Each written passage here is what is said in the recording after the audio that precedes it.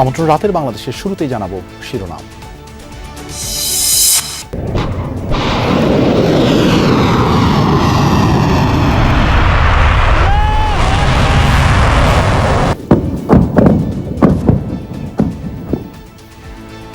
ভয়াবহ জ্বালানি যুদ্ধে রূপ নিচ্ছে ইসরায়েল ইরান সংঘাত।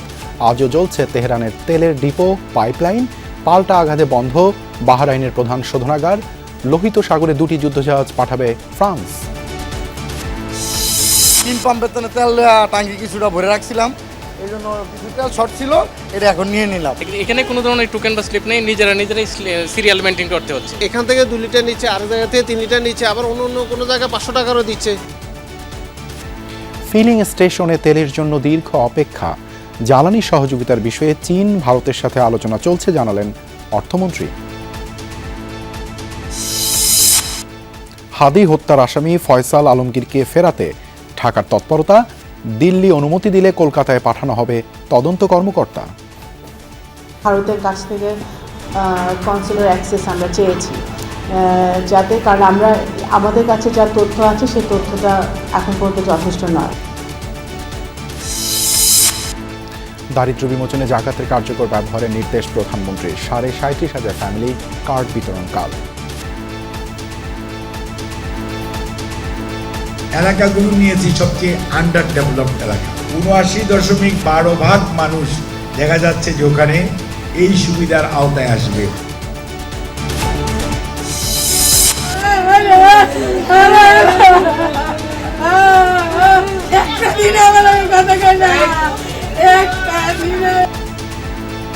সৌদি আরবে মিসাইল হামলায় নিহত মোশাররফ ও বাচ্চু মিয়ার বাড়িতে শোকের মাতম। দুবাইয়ে মারা যাওয়া মৌলভীবাজারের আহমেদ আলীর মরদেহ পৌঁছেছে দেশে। এছাড়াও রাতের বাংলাদেশে থাকছে চট্টগ্রামের জঙ্গল সলিমপুরে যৌথ বাহিনীর দিনভর অভিযান। সন্ত্রাসীদের কন্ট্রোল রুমের সন্ধান, 15 সন্দেহভাজন আটক। এইবার আশা সফল হয়েছে বলে আমরা মনে করছি এবং এই জায়গার উপর আমাদের পূর্ণ অধিকার প্রতিষ্ঠিত হয়েছে।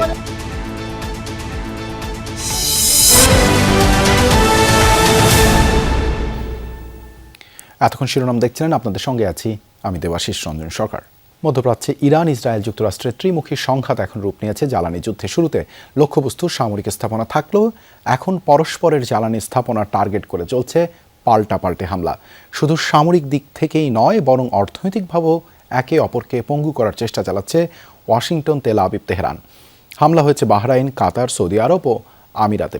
এদিকে মধ্য ইসরায়েলে IRGCর হামলায় প্রাণ গেছে এক ইসরায়েলির। নতুন সর্বোচ্চ ধর্মীয় নেতা মুস্তাফা খামেনির নামে প্রথমবার ইসরায়েলে হামলা চালাচ্ছে ইরানের রেভলিউশনারি গার্ড IRGC। ছুটছে খাইবার শেকান, খোররাম শাহর মতো একের পর এক অত্যাধুনিক ব্যালিস্টিক মিসাইল। যুদ্ধ শুরুর পর এ নিয়ে 30 দফা হামলা তেহরানের। তেল আবিব সহ ইসরায়েলের বন্দরনগরী হাইফা এবং মধ্যাঞ্চলের বিভিন্ন এলাকায় সফল আঘাত হানে এসব ক্ষেপণাস্ত্র। টার্গেট করা হয় IDF এর কয়েকটি ঘাঁটি। সবচেয়ে বেশি ক্ষয়ক্ষতি হয় আবাসিক এলাকায়, ঘটে প্রাণহানিও, ধ্বংস হয়েছে ভূগর্ভস্থ বাংকার। সোমবার আরব দেশগুলোর মধ্যে বাহরাইনে সবচেয়ে বড় হামলা চালায় ইরান। দেশটিতে ইরানের ড্রোন হামলায় আহত হয় 32 জন। ইরানি ড্রোনের আঘাতে আগুন লেগে যায় প্রধান তেল শোধনাগারেও। ধ্বংস করা হয় 3টি মিসাইল ও 14টি ড্রোন। তবে তুরস্ক, সাইপ্রাস ও আজারবাইজানে চালানো সাম্প্রতিক ড্রোন হামলায় জড়িত নয় ইরান, এমন দাবি পররাষ্ট্র মন্ত্রণালয়ে। ইরান এই অঞ্চলের দেশগুলোর সাথে ভালো ও বন্ধুত্বপূর্ণ সম্পর্ক বজায় রাখতে দৃঢ় প্রতিজ্ঞ। তবে অন্য দেশগুলোর ভূখণ্ড ব্যবহার করে আমাদের বিরুদ্ধে হামলা চালানো হলে আমাদের আত্মরক্ষার অধিকারও আছে। এই প্রতিরক্ষামূলক পদক্ষেপকে শত্রুতাপূর্ণ আচরণ বলা যাবে না। এদিকে আরব আমিরাতের আবুধাবি, কুয়েতের মার্কিন ঘাঁটি এবং ইরাকের কুর্দি অধ্যুষিত অঞ্চলেও হামলা চালিয়েছে IRGC। যুক্তরাষ্ট্রের স্পাই রাডার ধ্বংসের দাবি করেছে তেহরান। সৌদির মার্কিন ঘাঁটিতে ইরানের হামলায় প্রাণ গেছে আরও এক সেনার। এ নিয়ে ইরানের হামলায় মার্কিন সেনা নিহতের সংখ্যা দাঁড়িয়েছে 7 জনে। এর আগে ইরানের অর্ধশতাধিক গোলাবারুদ ও জ্বালানি তেলের সংরক্ষণাগারে হামলা চালায় ইসরায়েল। রাজধানী ছাড়াও তাবরিজ, ইস্পাহান, বন্দর আব্বাসে চলে ক্ষেপণাস্ত্র হামলা। বিস্ফোরণে ভয়াবহ অগ্নিকাণ্ডের শিকার বেশ কয়েকটি জ্বালানি স্থাপনা। ইরানের সাথে যুদ্ধে লেগে যেতে পারে দীর্ঘ সময়, এমনটা শঙ্কা ইসরায়েলের। তাই প্রতিরক্ষা বাহিনীকে দেওয়া হয়েছে ধৈর্য ধারণের নির্দেশ। দুবছর ধরে ইসরায়েল জরুরি অবস্থার মধ্যে রয়েছে। এই মুহূর্তে আমাদের অধ্যাবসায় এবং ধৈর্য ধারণ করা দরকার। যুদ্ধে অনেক সময় লাগতে পারে, তবে যত সময় লাগুক না কেন আপনাদের প্রস্তুত থাকতে হবে। এছাড়াও ইরানের রকেট ইঞ্জিন উৎপাদন কারখানা এবং ব্যালিস্টিক ক্ষেপণাস্ত্রের কয়েকটি লঞ্চিং সাইটেও বিমান হামলা চালিয়েছে আইডিএফ। অনিক রহমান, যমুনা নিউজ। লোহিত সাগরে 2টি যুদ্ধজাহাজ পাঠানোর ঘোষণা দিয়েছেন ফ্রান্সের প্রেসিডেন্ট ইমানুয়েল ম্যাক্রন। ইউরোপীয় ইউনিয়নের নৌ মিশন আম্পিদেসের অংশ হিসেবে অঞ্চলটিতে 2টি ফ্রিগেট পাঠানোর ঘোষণা দেন তিনি। দাবি করা হয় লোহিত সাগর ও এর আশেপাশের অঞ্চলে বাণিজ্যিক জাহাজ চলাচলের নিরাপত্তা নিশ্চিত করতে এই সিদ্ধান্ত নিয়েছে দেশটি। ইউরোপ সহ বিশ্বের অন্যান্য দেশের সাথে সমন্বয় করে এই মিশন পরিচালিত হবে। মধ্যপ্রাচ্যে চলমান যুদ্ধ কিছুটা শান্ত হলে এই মিশনের পরিধি হরমুজ প্রণালী অবধি বাড়ানোর প্রস্তাবও রাখেন ম্যাক্রন। 2024 সালে লোহিত সাগর ও আশেপাশের সমুদ্রপথে যাতায়াতকারী বাণিজ্যিক জাহাজে হুতি বিদ্রোহীদের আক্রমণ ঠেকানোর উদ্দেশ্যে শুরু হয়েছিল অপারেশন আম্পিদাস নামের এই নৌ মিশন।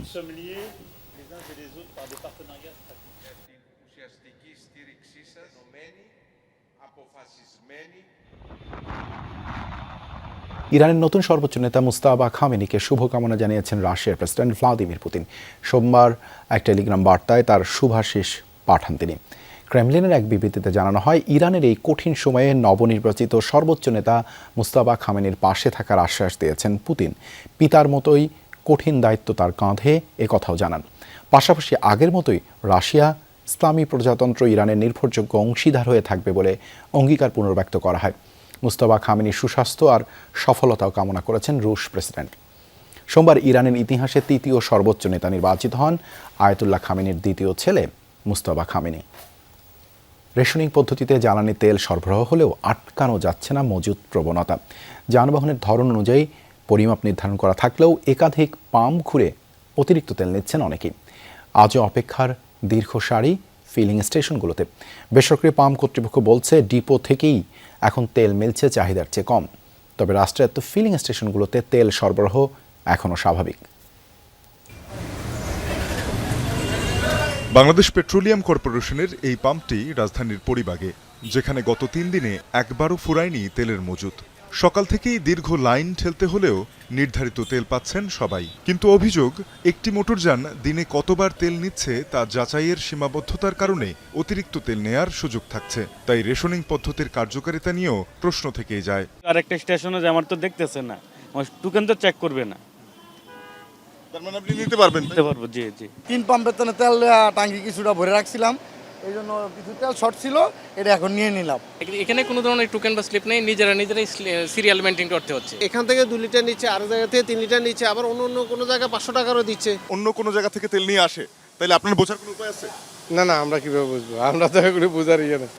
সোমবার ঢাকার বেশিরভাগ পাম্প সচল থাকলেও অনেক পাম্পে বন্ধ অকটেন সরবরাহ। দেয়া হচ্ছে একটি জ্বালানি তেল। ডিজেলের পর্যাপ্ত মজুদ থাকলেও ভোগান্তিতে গণপরিবহন শ্রমিকরা। ফজর পরে এখানে আসছি, আসার পরে বলতেছে যে তেল তো নাই। 5টা পাম্প ঘুরে এই যে মাত্র তেল নিলাম, প্রায় 2 ঘন্টা ভরে ঘুরলাম আর কি, তেল নেওয়ার কোনো সুযোগই পাইনি। এটা আমরা ভোগান্তি হচ্ছে অনেক। বেশ কিছু পাম্পে দেখা যায় রেশনিং পদ্ধতিতে নির্ধারিত তেলের চেয়েও কম দিতে। পাম্প কর্তৃপক্ষ বলছে, ডিপো থেকেই কমে এসেছে সরবরাহ। চাহিদার অর্ধেক তেল পাচ্ছেন ডিলাররা। সময় লস হচ্ছে, আমাদের কাজ কাম আছে, ডিউটি আছে, ডিউটি রাইখা আমাদের এখানে আসা লাগে। লিটারে 2 দিন চালানো যাবে। ঢাকা শহরের প্রায় পাম্পগুলি বন্ধ করে রাখছে ইচ্ছা করে। সরকারের কোনো তদারকি নেই। যদি প্রত্যেকটা পাম্পেই তেল থাকতো এবং 1-2 লিটার করে দিত, তাহলে আমরা এই হতাশায় থাকতাম না, এত হাহাকার হইতো না। আমাদের এখন দরকার হলো 18,000 ডিজেল 4.5 অক্টেন, সেই জায়গায় আমাদেরকে দিয়েছে 9,000 ডিজেল 4.5 অক্টেন। তাই আমার পর্যাপ্ত পরিমাণ ডেলিভারি দিতে পারছি না। ভোগান্তি থাকলেও মধ্যপ্রাচ্য সংকট ঘিরে জ্বালানির দাম না বাড়ায় সন্তোষ সাধারণ মানুষের। সরবরাহ বাড়াতে সরকারের প্রতি আহ্বান তাদের। তানজিম শাফিন, যমুনা নিউজ, ঢাকা। তেলের দাম $100 ছাড়িয়ে যাওয়ায় জরুরি তেলের মজুদ ছাড়ার জন্য আলোচনায় বসার প্রস্তুতি নিচ্ছে G7 জোট। ফিনান্সিয়াল টাইমসের প্রতিবেদনে উঠে এসেছে, আন্তর্জাতিক জ্বালানি সংস্থার আহ্বানে মজুদ মুক্ত করার বিষয়ে আলোচনা করবেন মন্ত্রীরা।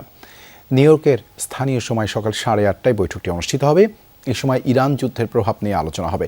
তেলের মূল্যের সংকট মোকাবেলায় দেশগুলিকে সাহায্য করার জন্য তৈরি একটি জরুরি ব্যবস্থার অংশ হিসেবেই পেট্রোলিয়ামের কৌশলগত মজুদ রাখে আন্তর্জাতিক জ্বালানি সংস্থা। জরুরি মজুদ মুক্ত করার পক্ষে এখন পর্যন্ত সমর্থন প্রকাশ করেছে আমেরিকা সহ G7-এর 3টি দেশ, জানা গেছে এমনটাই। তেল সমৃদ্ধ মধ্যপ্রাচ্যে যুদ্ধের কারণে জ্বালানির সংকট দেখা দেয় বিকল্প উৎস খুঁজছে বাংলাদেশ। চীন, ভারত সহ কয়েকটি দেশের সাথে সহায়তা চেয়ে আলোচনা চলছে বলে জানিয়েছেন অর্থমন্ত্রী। বলেন, জ্বালানি সংকট বিবেচনা করে সরকার অর্থনৈতিক কর্মসূচি সাজাচ্ছে। এর আগে চীনা রাষ্ট্রদূত বলেন, জ্বালানির ক্ষেত্রে সহযোগিতা চাইলে আলোচনা হতে পারে বাংলাদেশের সাথে। ইরানে মার্কিন যুক্তরাষ্ট্র ও ইসরায়েলের হামলা পাল্টা হামলায় যুদ্ধ ছড়িয়ে পড়েছে তেল সমৃদ্ধ মধ্যপ্রাচ্যে। এতে সারা বিশ্বের মতো জ্বালানি সংকটের শঙ্কায় বাংলাদেশও। সচিবালয়ে অর্থমন্ত্রীর সাথে চীনা রাষ্ট্রদূতের বৈঠকেও উঠে আসে মধ্যপ্রাচ্যে যুদ্ধের প্রসঙ্গ।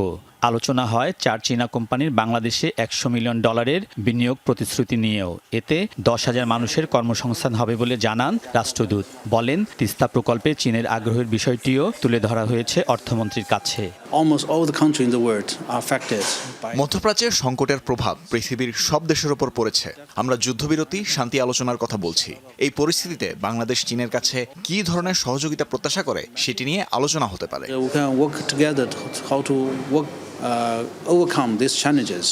সম্ভাব্য জ্বালানি সংকট মোকাবিলায় সরকার সচেতন বলে জানিয়েছেন অর্থমন্ত্রী। বলেন, বিভিন্ন দেশের সাথে এ নিয়ে আলোচনা চলছে। এনার্জির জন্য তো সহযোগিতা চাই না কেন, আমরা সকলের কাছে চাইব। আমার তো এনার্জি সিকিউরিটি আমার জন্য অত্যন্ত গুরুত্বপূর্ণ। আমরা সবার কাছে চাচ্ছি, কিন্তু সাপ্লায়ার্স যে সমস্ত জায়গায় সাপ্লায়াররা আছে সকলের কাছে আমরা চাচ্ছি, কথা বলছি, কাজ করে যাচ্ছি। অর্থমন্ত্রী জানান, মধ্যপ্রাচ্যের যুদ্ধ পরিস্থিতি ও জ্বালানি চ্যালেঞ্জ বিবেচনা করে সরকার অর্থনৈতিক কর্মসূচি নির্ধারণ করছে। অ্যান্টিসিপেট করছি যে সমস্যাগুলো, এগুলোকে মাথায় রেখেই আমরা কিন্তু আমাদের সার্বিক অর্থনৈতিক কর্মকাণ্ড চালিয়ে যাচ্ছি। আলমগীর স্বপন, যমুনা নিউজ, ঢাকা। দারিদ্র্য বিমোচনে জাকাতের কার্যকরী ব্যবহারে গুরুত্ব দিয়েছেন প্রধানমন্ত্রী তারেক রহমান। জাকাত বাস্তবায়ন পদ্ধতি নিয়েও আলোচনা করেছেন তিনি। দুপুরে সচিবালয়ে জাকাত বিষয়ক সভায় এই সংক্রান্ত একটি কমিটি গঠনের নির্দেশও দেয়া হয়েছে। এর আগে বিমানমন্ত্রী ও প্রতিমন্ত্রীর সঙ্গে বৈঠকে বিমানকে জনবান্ধব ও আধুনিকায়ন করতে বেশ কিছু পরামর্শ দেন সরকার প্রধান। দুপুরে প্রধানমন্ত্রী তারেক রহমানের সভাপতিত্বে সচিবালয়ে জাকাত বিষয়ক সভা অনুষ্ঠিত হয়, যেখানে যোগ দেন ধর্মমন্ত্রী শাহ মোফাজ্জল হোসেন কায়কোবাদ ও আসুন্না ফাউন্ডেশনের চেয়ারম্যান শায়খ আহমদুল্লাহ। আগামীতে জাকাত ব্যবস্থাপনা উন্নত করতে বৈঠকে আলোচনা করেন প্রধানমন্ত্রী। দারিদ্র্য বিমোচন ও কর্মসংস্থান সৃষ্টিতে জাকাতের ব্যবহার নিশ্চিতে নানান নির্দেশনা দেন প্রধানমন্ত্রী তারেক রহমান। কোন উপায়ে করলে পরে সত্যকারে জাকাত গ্রহীতারা জাকাত পাবে এবং জাকাত দাতারা জাকাত দেবে, এই সমস্ত দিয়ে বিস্তারিত আলোচনা হয়েছে। এই জাকাতের ব্যবস্থাপনা অনেক উন্নতি হবে এবং ফলস্পর্শী হবে। আল্লাহর হুকুম অনুযায়ী জাকাত যেভাবে মানুষ দেয় সে ব্যবস্থা হবে। জাকাত নিয়ে সরকারের জায়গা থেকে আরও ইফেক্টিভলি কীভাবে জাকাত বন্টনকে আরও সুশৃঙ্খলভাবে করা যায় এবং আরও ইফেক্টিভলি করা যায়, সেই সম্ভাবনাগুলোকে খুঁজে বের করার জন্য তিনি নির্দেশ দিয়েছেন। দরিদ্রকে সাময়িক কিছু টাকা পয়সা দিয়ে তার দারিদ্র্য আসলে দূর করা যায় না, বরং তাকে আইদার স্কিল ডেভেলপ করে দেওয়া আর না হয় তাকে স্বাবলম্বী করার কোনো একটা প্রসেসে যাওয়া। এর আগে প্রধানমন্ত্রীর সঙ্গে সৌজন্য সাক্ষাৎ করেন বেসামরিক বিমান ও পর্যটন বিষয়ক মন্ত্রী ও প্রতিমন্ত্রী। বৈঠক শেষে প্রতিমন্ত্রী রাশিদুজ্জামান মিল্লাত জানান, মধ্যপ্রাচ্য সংকটের কারণে বন্ধ রুটগুলোর কয়েকটিতে ইতিমধ্যেই বিমান চলাচল শুরু হয়েছে। বোর্ডটা যাতে ভালো হয় এবং বিমানের যে এমপ্লয়ি শর্টেজ আছে সেগুলিকে পূরণ করে বিমানের সার্ভিস জনগণের স্বার্থে যাতে আমরা ইউজ করতে পারি। 8টি বেল্টের লোক একটা গেট দিয়ে বেরোতো, স্ক্যানার মেশিন একটা ছিল। আমরা ইতিমধ্যে ভিজিটে গিয়ে 2টে করেছিলাম। তিনি আমাদেরকে বললেন যে প্রয়োজনে 3টা করে দেন, যাতে জনদুর্ভোগ পোহাতে না হয়। এর আগে সরকার প্রধানের সঙ্গে সাক্ষাৎ করেন মানবাধিকার কর্মী ও আলোকচিত্রী শহীদুল আলম। তিনি জানান, ড্রেক ট্রাস্টের উদ্যোগে বাংলাদেশের পতাকাবাহী একটি জাহাজ গাজা অভিমুখের ফ্লোটিলায় যুক্ত হবে। এ বিষয়ে সার্বিক সহযোগিতা করতে আগ্রহ প্রকাশ করেছেন প্রধানমন্ত্রী। ফ্লোটিলার জন্য একটা বাংলাদেশি জাহাজ নিয়ে যাচ্ছি, সেটার ব্যাপারে উনি নিজে আগ্রহী। এটাকে কিভাবে সাপোর্ট দেওয়া যায়, কিভাবে সহযোগিতা করা যায় এবং বাংলাদেশকে যাতে এখানে প্রতিনিধিত্ব করা যায় সেটা নিয়ে আলাপ। দিনের শুরুতে প্রধানমন্ত্রী তারেক রহমানের সঙ্গে সৌজন্য সাক্ষাৎ করেন বাংলাদেশ রপ্তানি প্রক্রিয়াকরণ এলাকা কর্তৃপক্ষ বেবজার নির্বাহী chairman major general Mohammad Moazzem Hossain. এছাড়া জনপ্রশাসন, শিক্ষা, অর্থ ও আইসিটি উপদেষ্টাদের সঙ্গেও বৈঠক করেন প্রধানমন্ত্রী তারেক রহমান। সাইফুদ্দিন রবিন, যমুনা নিউজ, ঢাকা। রাজনৈতিক ও দলীয় বিবেচনার বাইরে ফ্যামিলি কার্ড প্রকৃত দরিদ্র ও নিম্নবিত্ত পরিবারকে দেয়া হচ্ছে বলে জানিয়েছেন অর্থমন্ত্রী ও সমাজ কল্যাণ মন্ত্রী। তারা দাবি করেছেন 37,500 পরিবারকে কার্ড দেওয়ার ক্ষেত্রে স্বচ্ছ প্রক্রিয়া অবলম্বন করা হয়েছে। আগামীকাল 10 মার্চ প্রধানমন্ত্রী ফ্যামিলি কার্ডের পাইলট প্রকল্প উদ্বোধনের পরপরই নির্ধারিত 2,500 টাকা পেয়ে যাবে পরিবারগুলো। মন্ত্রীরা বলেছেন এই কার্ডের কারণে ভিসিএফ ও ভিজিডি কার্ড বন্ধ হবে না, প্রকৃত দরিদ্ররাই আগের সুবিধাও পাবে।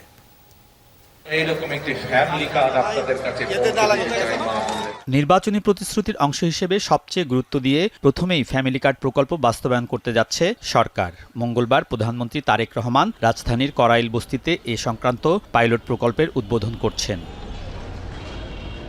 এ নিয়ে অর্থ মন্ত্রণালয়ে ব্রিফিংয়ের আয়োজন করা হয়। সেখানে অর্থ, সমাজ কল্যাণ, এলজিআরডি সহ বিভিন্ন মন্ত্রণালয়ের নীতি নির্ধারকরা উপস্থিত ছিলেন। জানান, প্রথম ধাপে পাইলট প্রকল্পের মাধ্যমে দেশের 13 জেলার 15টি ওয়ার্ডে 37,567 নারী প্রধান পরিবারকে ফ্যামিলি কার্ড দেয়া হবে। এজন্য ব্যয় হচ্ছে 38 কোটি টাকা। জুন থেকে পর্যায়ক্রমে 50 লাখ পরিবারকে ফ্যামিলি কার্ড দেওয়ার প্রতিশ্রুতি বাস্তবায়নের কার্যক্রমও শুরু হবে। এলাকাগুলো নিয়েছি সবচেয়ে আন্ডার ডেভেলপড এলাকা, 79.12% মানুষ দেখা যাচ্ছে যে ওখানে এই সুবিধার আওতায় আসবে। আনুমানিক প্রায় 20,000 কোটি টাকা সরকারের খরচ হবে। প্রজেক্ট শুরু হবে জুনের পর থেকে পূর্ণ উদ্যমে, এবং আগামী দিনে প্রত্যেকটি পরিবারের কাছে এই সুযোগ যাবে, এক্সেপ্ট যেগুলোর এক্সেপশন যাদের সম্বন্ধে বলা হয়েছে তাদের প্রয়োজন নাই। কার্ড প্রদানের ক্ষেত্রে সর্বোচ্চ স্বচ্ছতা নিশ্চিত করা হয়েছে বলে জানিয়েছেন মন্ত্রীরা। এটাকে এমনভাবে অ্যানালাইসিস করা হয়েছে যাতে কোনো ধরনের ডুপ্লিকেশনও হবে না বা টেম্পারিং এর কোনো সুযোগ থাকবে না। দলীয় কোনো প্রভাব এখানে থাকার কোনো সুযোগ নাই। পুরা প্রজেক্ট স্বচ্ছতার সাথে বাস্তবায়ন হবে। ফ্যামিলি কার্ডের কারণে ভিজিএফ, ভিজিডির মতো চলমান বিভিন্ন ভাতা দেওয়ার কর্মসূচি বন্ধ হবে না বলেও জানিয়েছেন সমাজ কল্যাণ মন্ত্রী। শুধুমাত্র বন্ধ হবে ওনারটাই যে পরিবার মহিলা প্রধান, যদি উনি কোনো ভাতা পান ওইটুকুই খালি বন্ধ হবে, কিন্তু অন্যান্য ভাতা যেগুলো প্রচলিত আছে কোনোটাই এই মুহূর্তে বন্ধ হওয়ার কোনো অবকাশ নাই এবং করা হবে না। মন্ত্রী ও উপদেষ্টারা আশা করেন ফ্যামিলি কার্ড কৃষি কার্ড দারিদ্র্য দূরীকরণ ও টেকসই উন্নয়নে বড় ভূমিকা রাখবে। ধাপে ধাপে 4 কোটি পরিবারের দিকে আমরা যাব। Alamgir Swapan, Jamuna news, Dhaka. Consular access পেলে বাংলাদেশ তদন্ত কর্মকর্তা পাঠাবে কলকাতায়। তারপর জিজ্ঞাসাবাদ শেষে বন্দি প্রত্যর্পণ চুক্তির আওতায় ওসমান হাদি হত্যা মামলার 2 আসামি ফয়সাল আর আলমগীরকে ফেরানোর চেষ্টা করা হবে বলে জানিয়েছেন পররাষ্ট্র প্রতিমন্ত্রী শামা ওবায়েদ। আর স্বরাষ্ট্রমন্ত্রী সালাউদ্দিন আহমদ বলেছেন, দ্রুতই তাদের দেশে ফিরিয়ে এনে বিচারের মুখে দাঁড় করানো হবে। গেল বছরের 12ই ডিসেম্বর প্রকাশ্যে দিবালোকে গুলি করা হয় ইনকিলাব মঞ্চের মুখপাত্র শরীফ ওসমান হাদিকে। গুলি করার 12 ঘন্টার মধ্যে ময়মনসিংহের হালুয়াঘাট সীমান্ত দিয়ে অবৈধভাবে ভারতে পালায় হাদিকে গুলি করা ফয়সাল করিম আর মোটরসাইকেল চালক আলমগীর। ভারতের বিভিন্ন এলাকায় ছদ্মবেশে ছদ্মনামে ঘোরাঘুরির পর পশ্চিমবঙ্গের বনগাঁ এলাকায় আত্মগোপনে ছিল দুজন। শেষমেশ ভারতের পশ্চিমবঙ্গের এসটিএফ বাহিনীর হাতে গ্রেফতার হয় ফয়সাল আলমগীর। এখন তারা অবৈধ অনুপ্রবেশের মামলায় 14 দিনের পুলিশ হেফাজতে। সবশেষ হাদি হত্যা মামলার তদন্তে থাকা সিআইডি বলছে শুরু হয়েছে ভারতের সাথে আনুষ্ঠানিক যোগাযোগ। এখন তাদেরকে না নিয়ে আসলে এবং এটার যে মূল ডিজাইনারকে এই ঘটনাটা কারা ঘটাইছে এটা যদি সম্পূর্ণ আমরা রিভিল করতে না পারি তাহলে তদন্তটা সম্পূর্ণ হবে, কারণ আমরা চার্জশিটও দিতে পারবো। অ্যাটলিস্ট আসামি দুইটা এখন কোথায় আছে, কেউ আছে যেটা আমরা জানি, এবং তাদেরকে নিয়ে আসার জন্য যা লিগ্যাল ফ্রেমওয়ার্ক দরকার সেটাও আমাদের আছে। মামলার বাদীর কাছে প্রশ্ন ছিল কতটা সময় লাগবে তাদের দেশে আনতে। যেহেতু সে অন্য মামলায় অ্যারেস্ট বা অন্য অভিযোগে, ওই অভিযোগে তার বিচার হওয়ার পরেও আসতে পারে, অথবা এই মুহূর্তে যদি বাংলাদেশ থেকে তার কূটনৈতিকভাবে তার সাথে বন্ধু বিনিময়ের জন্য এই মামলার কজ দেখিয়ে তাকে চাওয়া হয়, আর ওই দেশের সরকার যদি দেয় তাহলে ওই ব্যক্তির বিচার হওয়ার আগেই আসতে পারে। অথবা ওই দেশে বিচার হয়ে তার রায় হবে, রায় পরে তাকে হস্তান্তর করতে পারে। এদিকে পররাষ্ট্র প্রতিমন্ত্রী জানিয়েছেন কনসিউলার অ্যাক্সেস পেলে কলকাতায় যাবে ঢাকার তদন্ত কর্মকর্তারা। ভারতের কাছ থেকে কনসুলার অ্যাক্সেস আমরা চেয়েছি, যাতে কারণ আমাদের কাছে যা তথ্য আছে সেই তথ্যটা এখন পর্যন্ত যথেষ্ট নয়। তো এই সম্পূর্ণ তথ্য পাওয়া পর্যন্ত আমাদের কিছুক্ষণ অপেক্ষা করতে হবে। একই সাথে স্বরাষ্ট্রমন্ত্রী বলছেন চুক্তি অনুযায়ী দ্রুতই 2 আসামিকে দেশে ফিরিয়ে আনার চেষ্টা চলছে। ইতিমধ্যে স্বরাষ্ট্র মন্ত্রণালয়ের পক্ষ থেকে পদক্ষেপ নেওয়া হয়েছে। পররাষ্ট্র মন্ত্রণালয়কে আমরা অনুরোধ করেছি তারা যেটা extradition treaty in between 2 countries আছে সেই মতে আমাদেরকে ফেরত দেবেন বলে আমরা আশা করছি, এবং আমরা ফেরত আনার জন্য যথেষ্ট জোর প্রচেষ্টা চালাবো। এদিকে ওসমান হাদির ইনকলাব মঞ্চের প্রতিনিধিরা বলছেন হত্যার সঙ্গে জড়িত সবাইকে খুঁজে বের করতে হবে এবং এই 2 জনেরই বিচার নিশ্চিত করতে হবে। সিভিল মিলিটারি ইন্টেলিজেন্সের মধ্যে যারা এখনো ঘাপটি মেরে বসে আছে তাদেরকে বিচারের মুখোমুখি করতে হবে। যে কারণে এই বাংলাদেশে এরকম ঘটনা ঘটে এবং সেটার কোনো গোয়েন্দা তথ্য থাকে না। সরকারি সূত্র বলছে ভারতে চলমান আইনি প্রক্রিয়া শেষ হলে বন্দি প্রত্যর্পণ চুক্তির আওতায় দ্রুতই ফয়সাল ও আলমগীরকে দেশে ফেরানো যাবে। মশিউর অনিক, যমুনা নিউজ, ঢাকা। মধ্যপ্রাচ্যে চলমান সংঘাতে এখন পর্যন্ত প্রাণ গেছে 4 বাংলাদেশির। আরব আমিরাতে ইরানের মিসাইল হামলায় নিহত আহমদ আলীর মরদেহ সকালে দেশে পৌঁছায়। এরপর তা নেওয়া হয় আলীর গ্রামের বাড়ি মৌলভীবাজারের বড় লেখা এলাকায়। এদিকে টাঙ্গাইল ও কিশোরগঞ্জের বাসিন্দা মোশাররফ হোসেন এবং বাচ্চু মিয়া সৌদি আরবে মিসাইল হামলায় নিহত হয়েছেন। মৃত্যুর খবর পৌঁছানোর পর থেকেই তাদের বাড়িতে চলছে শোকের মাতম।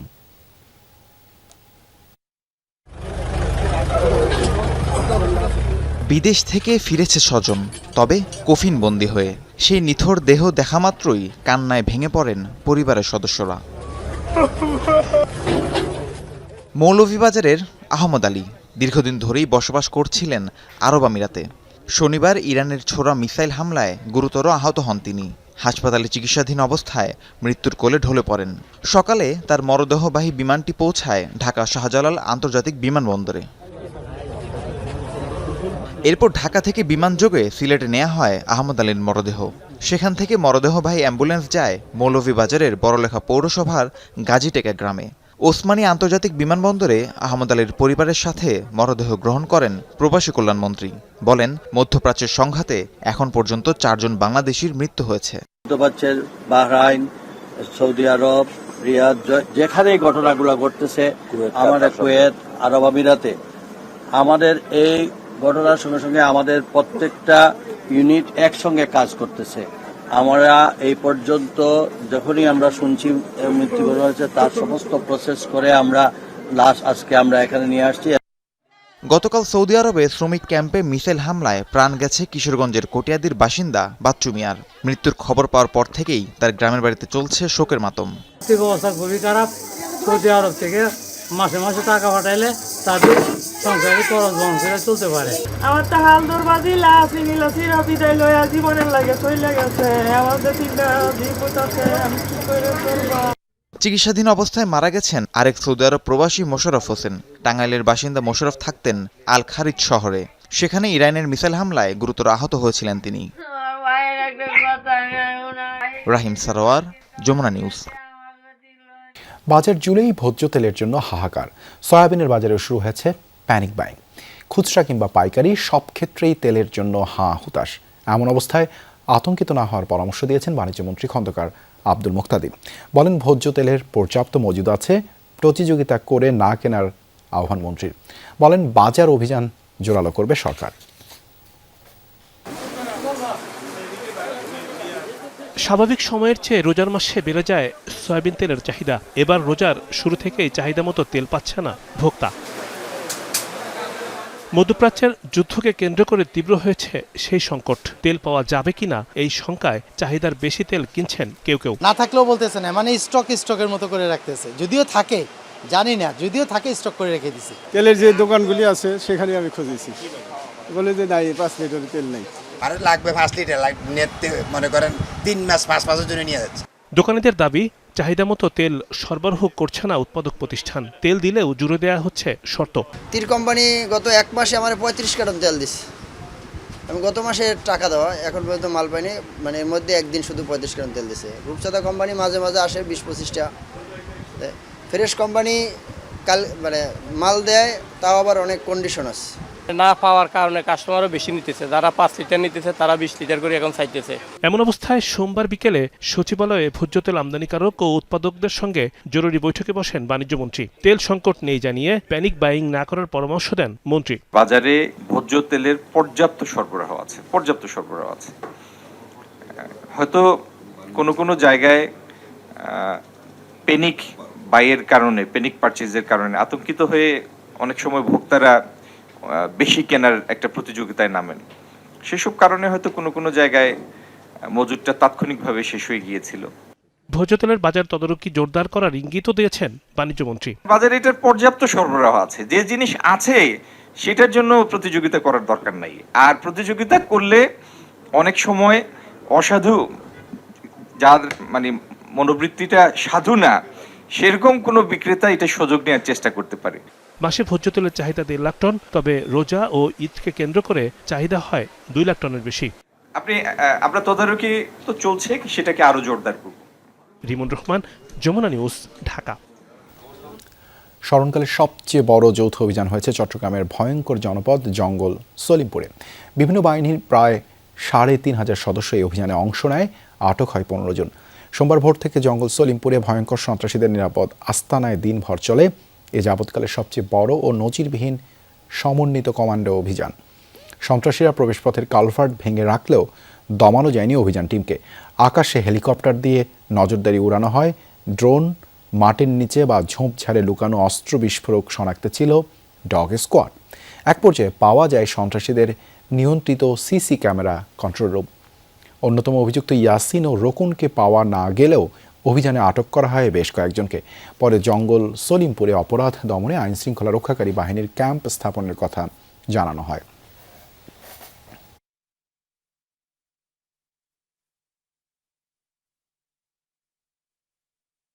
অনেক গ্রুপ আছে, এই গ্রুপে আসি মানে আমাদের উপরে সাধারণ পাবলিক গ্রুপ অত্যাচারটা চলে, বিভিন্ন সাদা মাদা এই সমস্তগুলো তুলে। 20 বছর 30 বছর আগের সরা ছিল, বৃষ্টির পানি যাইতো, অনেকরা বান্ধি গেলাইছে। এর আগে ইতোপূর্বে আরো 4 বার এখানে আসবার চেষ্টা করা হয়েছে, প্রতিবারই ব্যর্থ হয়েছে। আমরা এইবার আশা করি সফল হয়েছি বলে আমরা মনে করছি এবং এই জায়গার উপর আমাদের পূর্ণ অধিকার প্রতিষ্ঠিত হয়েছে।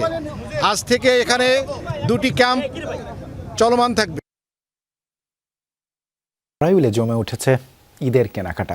শহরের বিভিন্ন শপিং মল ও মার্কেটে এখন ক্রেতাদের উপচে পড়া ভিড়। সকাল থেকে গভীর রাত পর্যন্ত চলছে বেচাকেনা। ঈদের আমেজ ছড়িয়ে পড়েছে নড়াইলের বিপণী বিতান ও শপিং মলগুলোতে। সকাল থেকে রাত পর্যন্ত চলছে কেনাকাটা। ক্রেতাদের আকৃষ্ট করতে বাহারি রঙের পোশাক সাজিয়ে রেখেছেন বিক্রেতারা। শিশু কিশোর থেকে শুরু করে বড়দের জন্য এসেছে নানা ডিজাইন ও ফ্যাশনের পোশাক। তাদের জন্য দেখতেছি যেখানেই যাই ফার্সি ড্রেস চলতেছে, খুব কিনছি বাচ্চাদের জন্য। বেচা বিক্রিতে বেশ খুশি ব্যবসায়ীরা। অন্যান্য বারের থেকে এবারের তুলনায় এবার একটু ভিড়ও বেশি আছে এবং কেনা বেচার মানও খুব ভালো। ঈদবাজারে চুরি ছিনতাই ঠেকাতে এবং ক্রেতাদের স্বস্তিতে কেনাকাটা নিশ্চিত করতে বিশেষ নিরাপত্তা জোরদার করেছে আইন শৃঙ্খলা বাহিনী। সাধারণ পুলিশের সাথে সাথে সাদা পোশাকের পুলিশ এবং গোয়েন্দা পুলিশও থাকবে, যাতে কোনো রকমের চুরি ছিনতাইয়ের ঘটনা ঘটতে না পারে। ক্রেতা বিক্রেতার ব্যস্ততার আনন্দের ছোঁয়া মিলেমিশে বাজারে তৈরি হয়েছে উৎসবের আমেজ। শামস তাবরিজ উচ্ছ্বাস, যমুনা নিউজ। ঈদ যাত্রায় যাত্রীদের নিরাপত্তা নিশ্চিতে রাস্তায় অতিরিক্ত অস্ত্রধারী পুলিশ মোতায়েন থাকবে। কোনোভাবেই যেন বাস মালিকরা বাড়তি ভাড়া আদায় করতে না পারে সেজন্য কঠোর তদারকি করবে ডিএমপি। সোমবার দুপুরে সায়দাবাদ বাস টার্মিনালে এক মতবিনিময় সভায় এসব কথা জানায় পুলিশ। সায়দাবাদ বাস টার্মিনালে ঈদ যাত্রা নির্বিঘ্ন ও চাঁদামুক্ত করার লক্ষ্যে এবারের ঈদ যাত্রীদের জন্য হেল্প ডেস্ক এবং নারীদের জন্য বিশেষ ব্যবস্থা করা হবে। অপ্রীতিকর পরিস্থিতি এড়াতে বাস টার্মিনাল এলাকায় অতিরিক্ত সিসিটিভি ক্যামেরা বসানো হয়েছে। এছাড়া ঢাকা থেকে বের হওয়ার পথগুলো, বিশেষ করে গাজীপুর রুটে যানজট কমাতে একমুখী চলাচলের ব্যবস্থা করা হবে। পুলিশ জানায় অতীতের বিড়ম্বনা রোধ করে জনগণকে একটি নিরাপদ ও ঝামেলামুক্ত ঈদ উপহার দিতে সরকার বদ্ধপরিকর। টি-20 বিশ্বকাপে চ্যাম্পিয়ন হয়ে ট্রফি জেতার পাশাপাশি 36,57,00,000 টাকা পেয়েছে ভারত। রানার আপ নিউজিল্যান্ডও পেয়েছে 19.5 কোটি টাকা। সেমিফাইনালে পরাজিত প্রত্যেক দল 9,63,00,000 টাকা করে পেয়েছে। সুপার 8-এ অংশ নেওয়া দলগুলোর প্রত্যেকের অ্যাকাউন্টে গেছে 4,63,00,000 টাকা করে। গ্রুপ পর্বে বিদায় নেওয়া দলের প্রত্যেকে পেয়েছে 3 কোটি টাকা।